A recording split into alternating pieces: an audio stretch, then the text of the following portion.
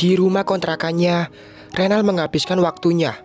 Setelah bertemu dengan seorang perempuan yang mengaku bernama Bella, hati Renal jadi risau. Dia menjadi ragu akan dirinya sendiri. Siapakah aku? Mulut Renal bergumam. Tangan mengusap kasar wajahnya. Sesekali netranya memejam. Selama ini, dia sudah nyaman berada di balik sosok Renal, mempercayai apa yang diceritakan ayahnya tentang kejadian 20 tahun yang lalu. Meski terasa janggal, 20 tahun adalah waktu yang mustahil bagi seseorang yang dinyatakan hanyut akan kembali. Sebenarnya Renal juga tahu itu janggal, tapi tak ada pilihan baginya selain mempercayai omongan ayahnya. Kenyataannya, memang Renal tidak tahu siapa diri dan masa lalunya. Membuat kepalaku pusing saja. Renal menggaruk rambutnya. Mengambil ponsel, Renal membuka aplikasi biru miliknya. Stalking ke akun Niki Malik yang kebetulan tidak diprivasi. Membuka album milik seseorang yang bernama Niki Malik. Akun ini sudah lama tidak dipakai. Kembali Renal bergumam. Tangan Renal men-scroll semua postingan milik Niki. Tak ada yang istimewa. Pria ini jarang bermain sosmed sepertinya. Mata Renal berhenti pada foto Niki dan Ivone. Berkali-kali Renal mengamati wajah Niki, seperti bercermin saja. Kenapa orang ini bisa sama denganku? Ivone sudah mengakui kalau dia pernah menikah dengan Niki. Berarti Bella tidak berbohong. Lalu, di mana Niki sekarang? Benarkah aku adalah Niki? Renal menjambak rambutnya sendiri berkali-kali. Dia mulai merasa sakit di kepalanya. Ivone, kenapa aku tidak asing denganmu? Renal berusaha keras mengingat, memaksa otaknya untuk bekerja, memejamkan mata. Renal berusaha mencari gambaran dari masa lalunya. Sedikit saja. Renal berharap akan jadi petunjuk untuknya. Saking kerasnya berpikir, hingga guratan di sekitar matanya terlihat. Alisnya bahkan hampir bertaut. Rasa sakit di kepalanya semakin menjadi. Renal masih berusaha keras. Tiba-tiba lelaki itu tersadar, telah berteriak menyebut sebuah kata. Bermandi pelu. Renal mengatur nafasnya. Tangannya memijit-mijit pelipis. Kepalaku sakit. Renal meringis. Itu panggilan sayang. Apakah artinya aku memanggil Ivone sayang? Itu artinya dia spesial untukku. Lama Renal terdiam. Renal menjadi ragu akan dirinya. Apa benar Ivone berselingkuh dengan Junah? Seharusnya kalau kedua orang itu benar selingkuh, sekarang Junah dan Ivone sudah menikah. Bukankah Niki sudah mati? Nunggu apa lagi? Sudah ada Excel juga. Persetan dengan ini semua. Kepalaku sakit. Renal keluar dari kamarnya, berniat menemui Ivone. Renal akan meminta Ivone bercerita tentang Niki. Siapa tahu itu akan membantunya menemukan masa lalunya. Menyetir pelan mobilnya, Renal membelah jalan raya. Tujuannya ke rumah Ivone. Agak jauh juga jarak rumah kontrakannya dengan tempat tinggal Ivone. Untungnya siang ini tidak macet. Renal tak punya cara lain selain bertanya pada Ivone. Mobil berbelok memasuki komplek perumahan. Dari ujung jalan masuk blok, Renal melihat seorang perempuan yang menggendong Excel. Terlihat keluar dengan tergesa-gesa. Perempuan itu keluar dari halaman rumah Ivone. Renal menjadi curiga.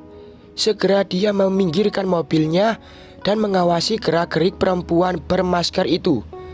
Netra Renal menyipit, melihat dengan heran si mbak yang jaraknya gak ada 200 meter darinya. Mbak itu bolak-balik sampai 3 kali keluar masuk rumah Ivone. Dia seperti sedang mengungsikan barang-barang ke dalam mobilnya. Renal menjadi curiga. Setelah dirasa cukup, Mbak itu membawa Axel naik mobilnya. Lalu mereka berdua pergi. Ada yang gak beres, gumam Renal. Segera dia menghidupkan mesin mobilnya dan mengikuti mobil yang membawa Axel. Sementara itu, Dahlia tertawa lepas setelah berhasil membawa pergi Axel. Rencananya berjalan mulus, meskipun tanpa bantuan Niki. Bodoh sekali kau, Ivone, tidak mengenaliku. Kembali Dahlia alias Bella tertawa puas. Dalam penyamarannya sebagai Bella, Dahlia selalu menutupi wajahnya dengan masker, memotong rambutnya hingga bermodel poni untuk menyamarkan wajahnya. Sebenarnya bukan Ivone yang dia takuti, tapi Junah. Lelaki itu sangat teliti. Beberapa kali Bella alias Dahlia bersitatap dengan Junah. Bella sangat ketakutan.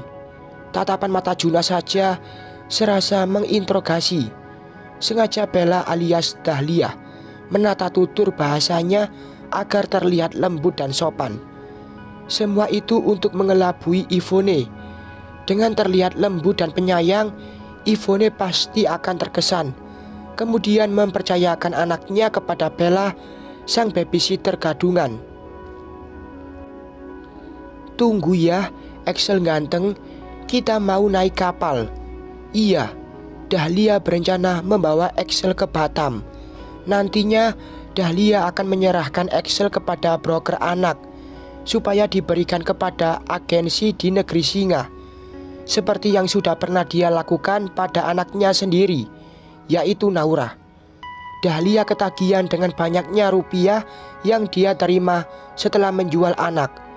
Nominal M yang sudah terbayang di kepalanya membuat Dahlia nekat. Dia menculik Axel. Mobil Dahlia berbelok ke sebuah hotel kecil di area pelabuhan. Rencananya Dahlia akan kembali menggunakan kapal laut ke Batam agar dia bisa membawa serta mobilnya, karena kapal ke Batam berangkatnya tengah malam. Terpaksa Dahlia mengajak Axel check-in di hotel dulu untuk beberapa jam. Sebelum turun dari mobil, Dahlia memeriksa bawaannya. Sebuah pisau belati ukuran sedang dia ambil dari dashboard mobilnya dan dia masukkan tas. Aku harus berjaga-jaga. Renal mengikuti sampai seberang hotel. Tak habis pikir dia, kenapa Bella membawa Axel menginap di hotel segala, memarkirkan mobilnya di bahu jalan. Renal pun menyeberang, bermaksud mendatangi Bella. Aku harus mengambil Axel. Sepertinya Bella sedang menculiknya. Malam, Mbak, sapa Renal pada resepsionis hotel. Iya, Pak, bisa dibantu. Mau tanya, ibu yang tadi bawa anak di kamar nomor berapa ya? Bapak siapa? Resepsionis itu balik bertanya. Saya suaminya. Istri saya sedang marah, jadi dia pergi dari rumah bersama anak saya. Dia tidak mengangkat telepon saya. Renal memberi senyum manis pada mbak resepsionis yang senyum-senyum itu. Marahan ya, Pak? Tanya gadis itu sambil menyebut nomor kamar Bella. Setelah berucap terima kasih, Renal menaiki tangga lantai 2 mencari kamar Bella dan Axel. Ini dia, kamar 208. Renal berdiri di depan pintunya sebelum mengetuk pintu. Renal berinisiatif menelpon Ivone dulu. Renal pun berjalan menjauh dari kamar itu. Ivone, panggil Renal setelah tersambung. Renal. Ivone menangis. Renal langsung tahu yang terjadi. Pasti benar Axel diculik.